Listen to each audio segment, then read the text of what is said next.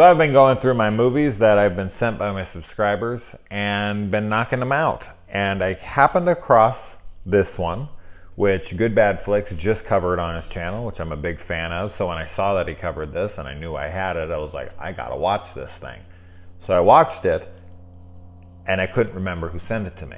So I went in and I asked Stephen Arthur, who is who I thought sent it to me, and he said he couldn't remember if he sent it to me. And I was like, really, dude, come on, you're killing me here. But he doesn't think he did, supposedly. So I swear he did. I also asked Johnny Banks,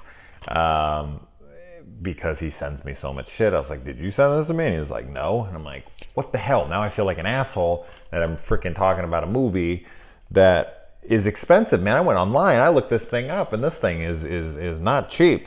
So thank you, whoever got this to me. Thanks, Steven. No, I'm just kidding. I don't remember. So if you are who sent it to me, please let me know, so that I can remember, and thank you. I'll go back to the video where I opened the thing. I can't find the video. I went through every single one of my gift openings.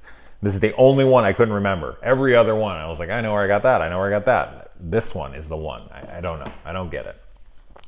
So anyways, so this is a movie about a trio of friends, as I just read off the back here, on a snowmobiling trip in the Canadian Rockies. And one of the friends, she damages her snowmobile while they're up. They see this, not abandoned, I guess it is, abandoned like hotel. So they decide to go in there and stay the night. And at the beginning of this, the film, on the text in the screen, says something about a Wendigo. And you think like, oh, that's going to be the main antagonist. And even though there is technically a Wendigo in this, it's not really that prominent. It's more, there's a lot of different villains in this movie. It kind of treads the line of like a monster movie and a ghost movie and a psychological horror. So it's just kind of like this hodgepodge film.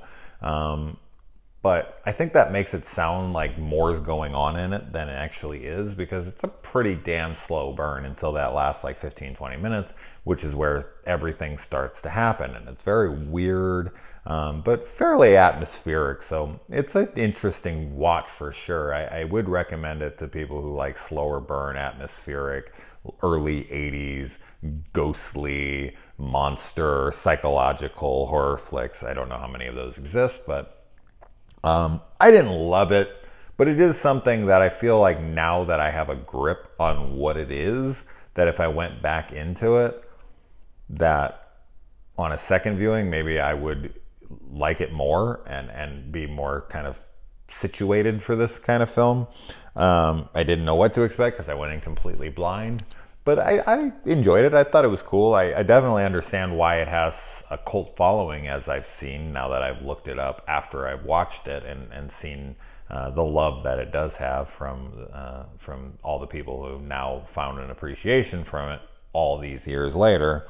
But, you know, the monster is more just a man, so I don't want you to think there's a monster. I sure as fuck don't want you to think that there is a monster like this in the movie, because this is on the release in the UK. The UK VHS copy, I guess, had this like chicken freaking demonic thing here. I don't know what the hell that's supposed to be, but it sure as hell ain't in the movie. And also on that poster, you can kind of see it down here, is an Aztec temple.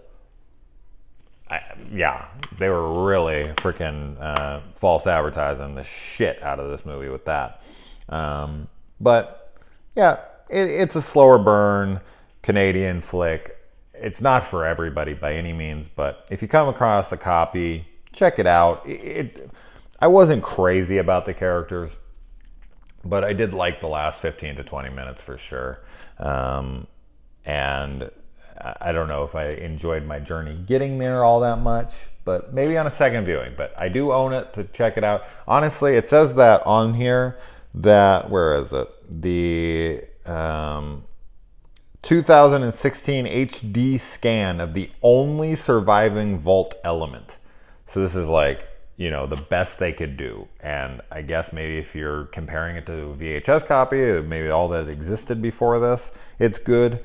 But a lot of the scenes or whatnot are super gross and grainy and looks like shit.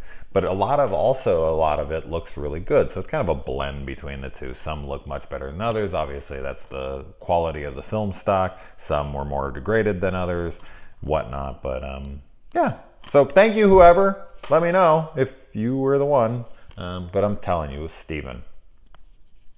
Prove me wrong. All right.